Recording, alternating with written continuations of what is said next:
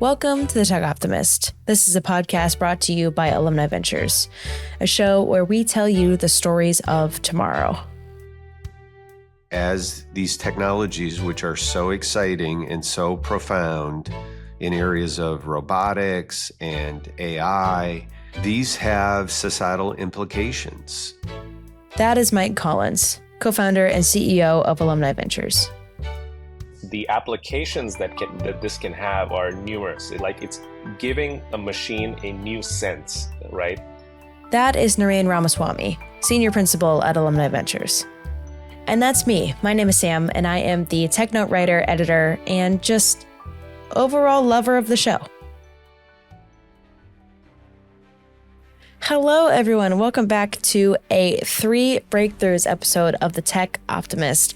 You met our guests. You met me. You know the speakers of this episode. Now, we're going to do something a bit different today. I don't want to tell you the topics today. I want you to sort of be surprised about the topics, but I can definitely tell you some hints onto, the breakthroughs that Naren and Mike are going to get into today. We're going to get into robots. We're going to get into bugs. And we're going to get into boats. So I'll leave that up to you. Those are your hints. But yeah, I will stop yapping. We'll hop right into the episode. And please enjoy the show.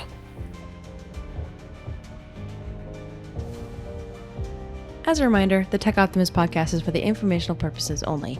It is not personalized advice, and it is not an offer to buy or sell securities. For additional important details, please see the text description accompanying this episode. Welcome to the Tech Optimist podcast. This is our 3 Breakthroughs show. I'm here with Naren Ramaswamy. And welcome, Naren. Hi, Mike. Excited to do this. Yeah, so this is a show where we try to pull together 3 things that caught our eye that we think have profound implications for technology, venture capital eventually, entrepreneurship, innovation. And this one, the first one sounds a little odd, which is the mapping of a fruit fly brain. Probably can't say that 3 times, lucky to say it once correctly, but this was a big project actually, that there were something like 75 labs involved, 300 researchers. Okay, so this breakthrough is so fascinating to me and to all of the AV team. So I have actually found an article from the Smithsonian Magazine titled "Scientists Unveil the First Ever Complete Map of an Adult Fruit Fly's Brain Captured in Stunning Detail." Now, we're going to throw up a visual or a video of this mapping of this digital, colorful, beautiful map of this fruit fly's brain. Just along while I'm sort of reading a few parts of this article. So this article is written by Margarita Bassi. She's a daily correspondent for Smithsonian Magazine, and it came out October 4th of this year. So I'm going to read a few sections of it because I think it gives a little bit more context to what's going on. And it's a really good segue into Naren's breakthrough with AI and, machines that can smell. So they used artificial intelligence to reconstruct the fly's brain cells based on the image data, but the model wasn't perfect and it made some mistakes. So the researchers created the Flywire Consortium to recruit hundreds of volunteers to proofread and annotate the 3D brain called I might butcher this, called a connectomy by hand. At the end of this monumental collective effort, the team had produced the most complete brain map of any organism to date.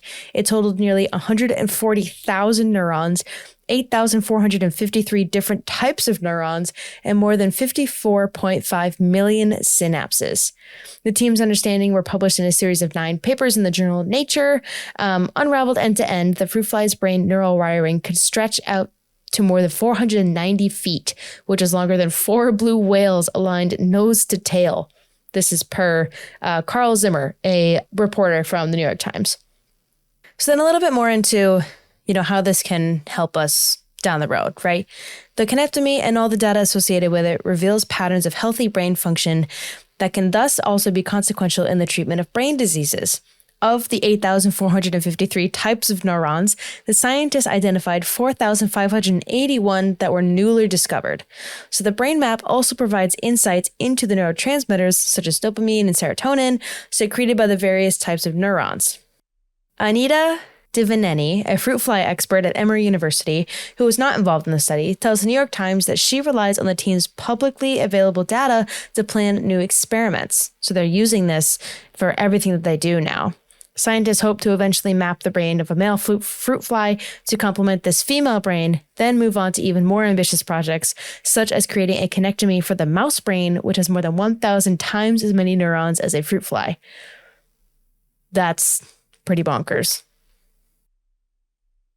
Obviously, fruit flies are, a basis of a lot of research in a lot of different ways. There's lots of reasons scientists pick fruit flies, but the work being done to really map out in detail their brains, I think just points the way of mapping the human brain. And when we can do human brains, there's really exciting stuff that has potential with kind of disease. I think there's issues with kind of brain-computer interfaces. Yep. I think there's even, longevity aspects where you could upload, download your brain is, maybe even in our lifetime kind of thing. So I think there's very exciting things that this points to. Obviously, in the short term, a lot of these innovations turned into people that have either disease or some acute brain injury, where the cost benefits are just so profound of tinkering that, it becomes exciting. But I think this is a huge breakthrough. I think it is noteworthy. I think it is not talked about, but the understanding of the human brain is one area that I think we're making great progress with. And Absolutely. And I'm not going into a lot of what does this mean exactly? People can read about it. We'll put some show notes in where people can read the more extensive things. But from a breakthrough, I think it's a big one. Any thoughts on that, Naren? No, it's amazing that I'm thinking about, biology as a subject is the study of the human body, right? And the tools that are now available to be a biologist at the cutting edge are just more ubiquitous than they've ever been. And it's an exciting time to be a scientist. Now, this is just biology, right? And we're going to talk about a couple other breakthroughs here, but it's just it goes back to what we've been talking about in the past episodes. The pace of innovation is increasing, and the multidisciplinary implications of this are also very interesting, because if you look at neural networks that govern the field of AI today, the architecture was built based on what we understood of the brain. Yeah. And now we have an even better understanding of the brain because of AI. Yeah. And that's going to be a virtuous cycle. So it's fascinating. And then seeing again some it's Nobel Prize season, and seeing, where the Nobel Prizes are going now. I think we'll talk more about it in future episodes. But a couple of the winners were working in the area of biochemistry with the AlphaFold and understanding kind of proteins and protein folding. And again, not my area of expertise, but it is clearly the depth of understanding of how the human body works, using AI, using tools, creating these feedback loops, and the ability to create small molecules with these tools like AlphaFold and AlphaFold spinouts and startups, which are some of the most exciting investment areas, I think, in the life sciences, where we're really going to turn medical discovery from, kind of bespoke trial and error and, looking to the natural world and, some spit from some reptile produces some unpredictable result in the lab, to really going and targeting what do we want to solve, what do we want to have happen, what kind of molecule, protein do we need to make XYZ happen. And when it becomes an engineering problem, we see geometrically, better results and speed and efficacy and reduced side effects. And so, again, a couple of very related things there. Yeah, that's a great point about the discovery process becoming more engineering centric rather than just serendipity. Yeah. It's fascinating. And it's a good segue into the breakthrough that I wanted to talk about. Don't go anywhere. We got a commercial break, and then we'll be right back. Exceptional value creation comes from solving hard things. Alumni Ventures Deep Tech Fund is a portfolio of 20 to 30 ventures run by exceptional teams who are tackling huge opportunities in AI, space, energy, transportation, cybersecurity, and more. These game-changing ventures have strong lead venture investors and practical approaches to creating shareholder value. If you are interested in investing in the future of deep tech, visit av.vc/deeptech to learn more. We've talked about AI that can read the internet. It can see images, give you insights. It can hear. You can talk to the AI and hear it speak. But the one sense maybe that it hasn't touched yet is the sense of smell and aromas. And scientists are working on that as well. And so I'd love to touch on that a little bit because researchers are now able to predict the characteristics of certain smells and even create new scents. And in particular, the pioneering company in this space is called Osmo. And we're not an investor, at least yet, in this company, but it's a really, really cool tech. So I thought it was worth highlighting. Okay, so in regards to this breakthrough that Naren shared with us, the Toyota Research Institute about a year ago put out a really awesome video of all of the new breakthroughs they have made with their robots. So the video is called Teaching Robots New Behaviors. And these new behaviors are crazy things. They're mostly new dexterous behaviors from, demonstration once the robot is taught, from a human what to do. But like just watching this video and hearing from the researchers behind it, and then also pairing that in with Naren's breakthrough, it's insane to think what scientists and engineers and, just contractors can build, right? Especially if AI is brought into this and we're really trying to exemplify biology and the human brain, and especially with the fruit fly brain mapping from earlier as well. Like, if the mechanical side catches up with the AI side, we are in for some crazy breakthroughs. So here's that video from Toyota, and then we'll get right into the interview after this. So enjoy.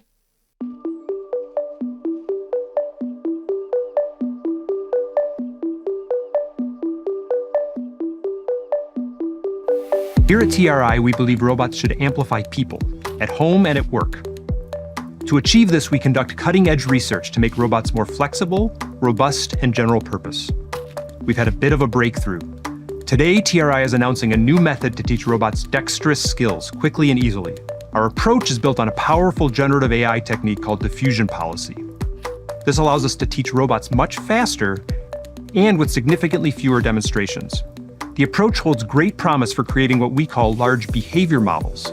Just like large language models have revolutionized chatbots, these behavior models will allow robots to perform useful work in ways never possible before. Up until now, the majority of robotic manipulation work has focused on pick-and-place style tasks, where a robot is limited to relatively simple sets of objects it's rearranging. Our new approach goes significantly beyond that and lets us explore much closer to the limits of the hardware. TRI's robots are now capable of using tools, pouring liquids, and peeling vegetables. It's exciting to see them engaging with their environments in rich, multifaceted ways, and all achieved without changing any code or explicitly programming any new skills. Using this technique, we've taught over 60 diverse behaviors to our fleet of robots. The process starts with a teacher demonstrating a small set of skills through teleoperation. Then, our AI-based diffusion policy learns in the background over a matter of hours. It's common for us to teach a robot in the afternoon, let it learn overnight, and then come in the next morning to a working new behavior. To make this level of dexterity possible, every part of the robot platform must be solid, from the hardware all the way up through the entire software stack. One key enabler is providing human teachers with a sense of touch or a haptic teleop device. Also, just like people, we found that robots learn better when they have a sense of touch. And a perfect example of this is the task of flipping a pancake, where the robot has to make contact with a surface it can't see. Without a sense of touch, it struggles and performs poorly, but is successful in learning the skill once it's able to feel its interaction with the environment. This is only the beginning. Our team is deeply focused on achieving large behavior models that I mentioned earlier. We anticipate the next breakthrough will be when we've trained the robots with enough dexterous skills that they're able to generalize, performing a new skill that they've never been taught. To realize this, we're building a diverse curriculum for robot learning, essentially a kindergarten for robots, to teach them numerous foundational skills that are useful for working alongside people. We're on pace to teach hundreds of new behaviors by the end of the year and over 1,000 by the end of 2024. We're also leveraging our expertise in simulation to augment our real-world teaching. And finally, we're developing fundamental tools for fleet learning so that when one robot learns, they all learn. I've been working in robotics research for a long time now. The tasks that I'm watching these robots perform are simply amazing. Even a year ago, I would not have predicted we were this close to this level of dexterity. And the rate at which we're able to teach new skills is simply astounding. Nearly every day, I wake up to a new message showing the robot doing something it couldn't do the day before. This is an incredible time to be a roboticist.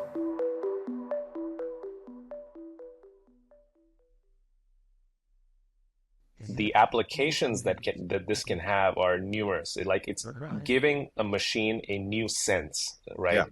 And this could be, we've long talked about how dogs can detect cancer. Yep.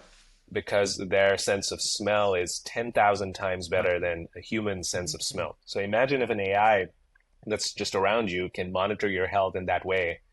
And we use insect repellents and other sorts of deodorants and a number of different sprays, and we actually don't really know the impact to the human body. But now, what if we could engineer a healthy, sustainable scent? And so this is far-reaching across many different disciplines, and it's pivotal, especially because certain scents have similar molecular structures, but they might actually smell very different. And so really understanding that and building a foundation model to predict what a scent looks like and what the characteristics are, I think is fascinating. Yeah, and it's just interesting too, which is, human sight is very evolved, and we get a lot of data. Like, again, if we view all of these things as sensors going into our biological computer, the amount of data we're getting in via sight, literally our eyes are like a sensor that's pretty hardwired directly into the brain. And our sense of smell is underdeveloped, frankly, again, compared to other animals like dogs. So we don't even know what we're missing, frankly, as human beings. And these things have evolved over time, but there is as much data with smell in existence, if you will. All of these different sound, touch, smell, vision, these are all in essence available to be sensed and then put into the brain. So seeing innovation among all the senses and then kind of having this mirror computational silicon brain, which still needs, it needs sensors and input and data for it to process well. So again, I just think it's the mapping and the models here are really interesting. And, and there's, again, I think the smell area is one that's so fascinating because we just get glimpses with kind of the dogs detecting cancer and things like that, I just think that there's a whole spectrum of going on here that we have no understanding of at all. Because because our system is so underdeveloped compared to some of our other senses. Yeah, and it didn't need to develop Yeah, because, you look at human history, vision became the primary yeah, sense that we relied on. And again, it's something that the discovery or development of these different senses was left to chance yeah. again, and now again it's becoming an engineering problem, which has some interesting implications. Okay, we got a second for a sponsor spotlight, and then we'll be right back. Hang tight. Do you have a venture capital portfolio of cutting-edge startups? Without one, you could be missing out on enormous value creation and a more diversified personal portfolio. Alumni Ventures, ranked a top 20 VC firm by CB Insights, is the leading VC firm for individual investors. Believe in investing in innovation? Visit av.vc/foundation to get started. All right. And then the third one I think we have today is really what's been going on with a couple of unions. There was a Hollywood strike and the Longshoremen strike. The Longshoremen strike is a significant labor action that began on October 1st of this year, involving dock workers at major ports along the east and Gulf coasts of the United States. The overview of the strike. Approximately 45,000 to 50,000 dock workers represented by the International Longshoremen's Association, or the ILA, walked off the job. And this is the first major East Coast dock strike since 1977. The strike affects 36 ports from Maine to Texas, which collectively handle about half of the U.S. imports and exports. So you're probably asking yourself, well, why did they strike in the first place? So the main issue was compensation, right? The unions seeked substantial wage increase over a new sort of 6-year contract. The technology and job security also was not up to par, so there were concerns about automation threatening their jobs, and just the foreign interest in ports. So how this impacted the business and economy. So this disrupted supply chains, and it could potentially lead to shortages and price increases. There are major impacts on industries like manufacturing, construction, retail, e-commerce. There's possible inflation, concerns about the holiday season product availability and pricing. And as of October 3rd, the dock workers' strike was suspended. There's a tentative agreement, which includes a 62% pay raise over 6 years, says ABC News. But from there, we don't know much else. We assume that, it has been suspended and will be indefinitely, but you never know. Sometimes these things take a lot of time to resolve. So we wanted to give you a little bit more information on that so that when we get into the rest of Mike and Naren's conversation, we got a bit more context and understanding behind, their conversation right here.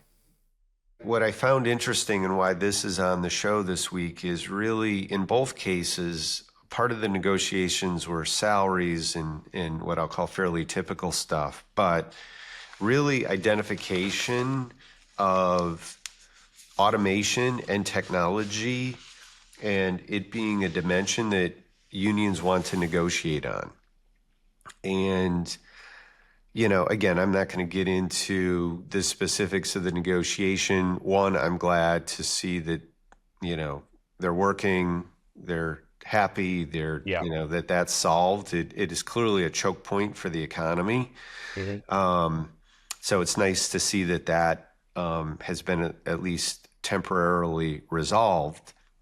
But I think the point for our show is, that this is something that I think we all need to anticipate, which is as these technologies, which are so exciting and so profound in areas of robotics and AI, these have societal implications. And there are second and third order implications. And this is, and they're feeling it. The longshoremen, are concerned about robots and AI taking their jobs. And it is a very difficult, but I think to be anticipated situation that let's just take, these two particular areas of innovation. I think if you look back through history, and I think it's an important guide, which is whenever we have these big breakthroughs, We have secondary, I sometimes call them shadow trends that follow in place. You and I are working on a piece right now that is about a shadow trend, which Yep. is the bespoke economy, which is the theory that we believe as these technologies automate work and life, that human beings will crave bespoke, high touch, story laden experiences, products, and services. And we'll touch more Personalized about stuff. that Yeah. personalized stuff, right?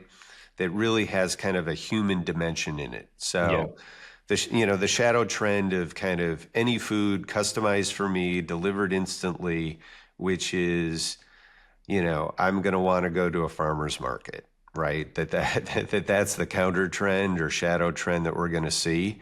But I Yeah. think what we're seeing in this Longshoremen and the Hollywood strike is a third thing, which is the backlash trend, which is when change happens, that there is going to be a very predictable backlash. And we saw this with the release of ChatGPT, where schools, like, their backlash was, whoa, outlawed at our school, right? Yeah. Because that was their immediate response. And, you can go back all the way, Luddites, all the way through history, that there has been, when a big technology happens, you are going to see a backlash. And I think we're going to see that with AI. I think you're going to see this with robotics. I think it is very difficult to kind of hold back the dam too long. But I think, I think people need to anticipate it. They're going to want to strategically position around those things. Again, I think there's great opportunity in some of these shadow trends that obviously AV invests every week in companies that are on the main trends in AI and deep technology and space and all of these kinds of things. But we're also really interested in shadow and secondary effects. And again, just another example. When the automobile was invented, huge backlash in the Right. beginning periods of that. Huge secondary effects, the rise of suburbia, the rise of automobile vacations, the highway systems, all driven by this foundational stuff. And then again, you have, enormous deaths on the streets of New York City. Just you should look up the data. It was crazy. The term jaywalking was about everybody getting run over in New York. So, I think, and the magnitude, as we've talked about, Naren, of some of these innovations being just maybe bigger and stronger and more powerful than ever before, I think we're going to see the secondary effects, the shadow trends, and the backlashes being bigger and stronger than ever before too. So, And yeah, all of them come together, right? right. All the good things of technology come along with the backlashes. And to your point about history, it may not repeat itself, but it does rhyme. For And sure. if you look at the last 200 years, technology has won out in every single situation. If you look at the progression, it's automation emerges. It actually, in the beginning, it makes the worker's job easier. So they work lesser, they're more productive. And then it just continues improving. And then suddenly the worker's job themselves is threatened. Then, their wages remain low, and then they strike. Yeah. And understandably, because it is impacting their livelihood. And so we have to be realistic about that. But the opportunity is, once that tumultuous period finishes, there's new opportunities, new markets that are created that are even bigger in value and can actually lift societies as a whole. And we've seen, extreme poverty actually significantly diminish over the last 200 years because of technology. And so that's the, we're the tech optimist show. So it's important to talk about that. Yeah, and the data supports it, Yeah. right? I mean, the data supports that these technologies, for all their negative, unintended consequences, overall are net positive. Very few of us want to teleport back 200 years, Yeah. and the quality of life of a middle class person is significantly better than probably the most resourced person on the planet 200 years ago. So, and longevity and health span and opportunity and literacy and equality, far, far from perfect, very unevenly distributed on our planet, but overall net very positive. Yeah. A lot of times these changes I've observed kind of take a generation. Ooh. When there is a economic disruption, it is very hard sometimes for the human to change lanes in, again, depending on where they are in their life and their journey. And it is often the next generation that, leaves the small struggling town and, that was built on an industry that has been disrupted. And obviously, the issue here is the speed this time, the speed of these changes happening so quickly. Is society, is the younger generation equipped to flex into a totally different future, where you may not have a whole generation to transition kind of It's going to be things? quicker. It's going to be quicker. It's going to be potentially more abrupt. Yeah. So I think we need to anticipate and think carefully about that world and how we can mitigate it. These disruptions should not be taken lightly. Let's see them coming. Let's anticipate it, and let's work through it. So Yeah. Yeah. Great point. great, excellent. Thank you, Naren. We'll do it again. Thanks, Mike. All right. See you later. Bye.